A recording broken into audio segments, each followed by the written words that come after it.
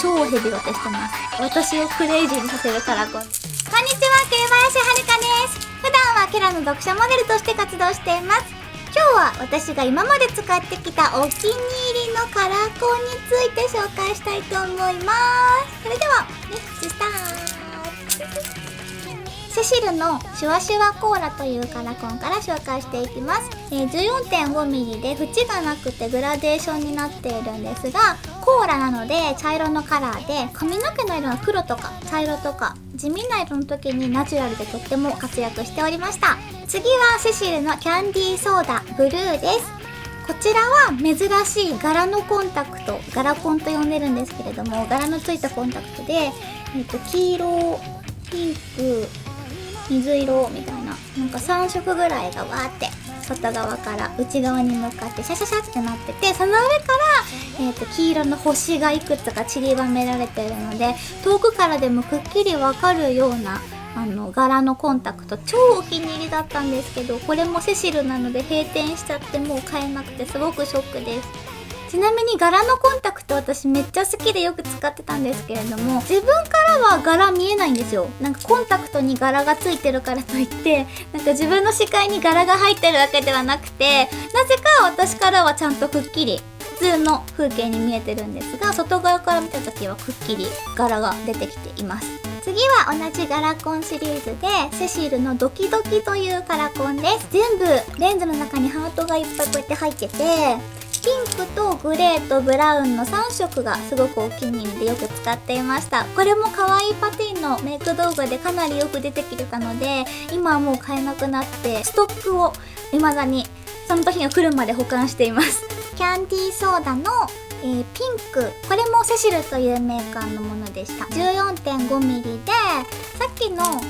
キャンディーソーダブルーの色違いなので、同じくシャシャシャってピンクと紫の線がわーって内側に向かって入ってて、で白の星がいっぱい散りばめられてました。これも超お気に入りでよく使っておりました。セシルのニャンニャンピンクとニャンニャンブラウンの2色です。このニャンニャンシリーズのカラコンは私の大好きな 16mm のシリーズで、周りがですね縁になってるんですが、その縁をよく見ると山になってて、その柄が全部猫なんですよね。猫のね顔とね耳がこうやってわーって縁にわーって並んでてよく見れば猫なんですけど、遠くから見ると普通の縁ありのチュルンとした可愛らしいドーリーアイなカラコンでした。でピンクがすごくいい色で、ピンクを洗ってる日とかは、代わりにブラウン使ったりしてめっちゃ重宝しておりました。そして次がセシルのクローバーピンク。このクローバーピンクもめっちゃ発色良くて、しかも縁はつるんとした私の大好きな 16mm のドーリーアイの、カラコンなんですけど、中にそのクローバー、四つ葉のクローバーがチュチュッと2個並んでて、緑とピンクかな、なんかそんな感じだったと思うんですけど、すごく可愛らしいアクセントになってて、よく見たら柄が入ってるっていう私の大好きなガラコンの一つでした。かなりおなじみでした。セシルの星柄のブルーのカラコンです。これもヘビロテしてた 16mm のサイズで、もうベースがブルーで、とにかくたくさん星柄が詰まってるんですね。で、私一時期カラコンはもうブルーが大好きで、とにかく髪が何色でもブルーをつけてたんですよ。そんな私の大好きなブルーと大好きな星柄が全部組み合わさってて、もう当時はほぼ毎日このカラコンをつけてたんじゃないかなっていうぐらい私をクレイジーにさせるカラコンです。セシルのロマンティックグリーン、こちらは 14.5mm で、グレープとかなんか紫、グリーン、青、グレーとか4色くらいあった気がするんですけど、私はその中でもグリーンの発色もすごく好きで、くっきりの縁にギザギザのなんていうんですか、柄が入ってて、すごく吸い込まれそうな柄なんですけど、遠くから見た時の発色が一番良くて、このグリーンはかなり普段に使っておりました。セシルの、ロマンティックシリーズとシュワシュワシリーズっていうのがありまして、シュワシュワシリーズは最初に紹介したシュワシュワコーラの色違いで、グレープ、その紫とかソーダで水色とかがあって、ロマンティックシリーズと一緒に合わせて片方ずつとかで使うとめっちゃ発色が緑、ピンクとかなんか水色っグレーとかになって超可愛かったので、こちらも 14.5mm で私的には小さめかなと思ってたんですけれども、普段のナチュラルメイクでオットアイとかにしてよく使っていました。ボヤージュというカラコンのグリーンのカラーです。このボヤージュっていうカラコン 16mm でめっちゃ私の好きなサイズなんですが、なんか結構 16mm って言うとがっつり森みたいな感じのイメージだと思うんですが、実際私が好きなのは縁がくっきりあるものというよりかはナチュラルにグラデーションになってるカラーがすごく好きで、今回そのグリーンのカラーを思い出して、今またこれ欲しいなと思ってるぐらいめっちゃ可愛いカラコンでした。はい、お次はフェアリーキレイというシリーズの、ピンクのカラコンです。実は今日も使ってるんですが、これも 16mm、表記では 15mm なんですけど、実質 16mm ぐらいの大きさのやつで、くっきり縁はあるんですけれども、内側はピンクのグラデーションで発色はいいけれどナチュラルめに見えるような、かなりおすすめのカラコンです。つけ心地も良くて、私大体硬いカラコンあんまり好きじゃないんですけど、チュルンと優しいソフトレンズなので、これはかなりヘビロテしてます。オズのピンクというカラーのカラコンです。こちらも 16mm で韓国カラコンなんですけれども、めっちゃツルツルしててつけ心地も良く、しかも私の好きなもう 16mm の大きさで縁がトゥルンとくっきりしてて、だけど中はぼやっとピンクっていうか、よく見たらピンク、普段は茶色か黒かなんかすごくいい色だねみたいな、なんかナチュラルなニュアンスの色なので、こちらもドーリーメイクの時とかによく使っていました。クオリテワンデーのシリーズのイエローグリーンです。こちらのカラーはなんか超黄色なんですけど、若干縁に緑みがかかってて、遠くから見た時になんだこの色はってなるようながっつりした発色の色です。サイズは 14.5mm で個人的にはやっぱり小さめなんですが、なんかインパクト重視のメイクをするときにはかなりカラーが映えておすすめです。同じクオリテのシリーズで別のカラーのブルーというのも使ってたんですが、こちらは本当に髪色何でも合うような綺麗なブルーなので、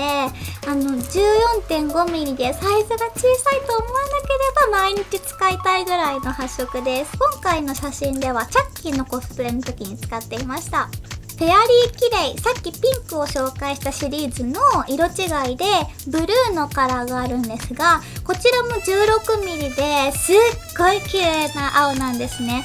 クオリテほどの発色ではないんですが、私ブルー好きの私としてはかなり遠くから見て一発で青ってわかるような発色のカラコンで、しかも大きさ 16mm ってなったらこれもかなりヘビロテしてます。1年仕様のカラコンなんですが、私これやっぱ3枚目とかです。かなり使ってます。スーパーワールドという、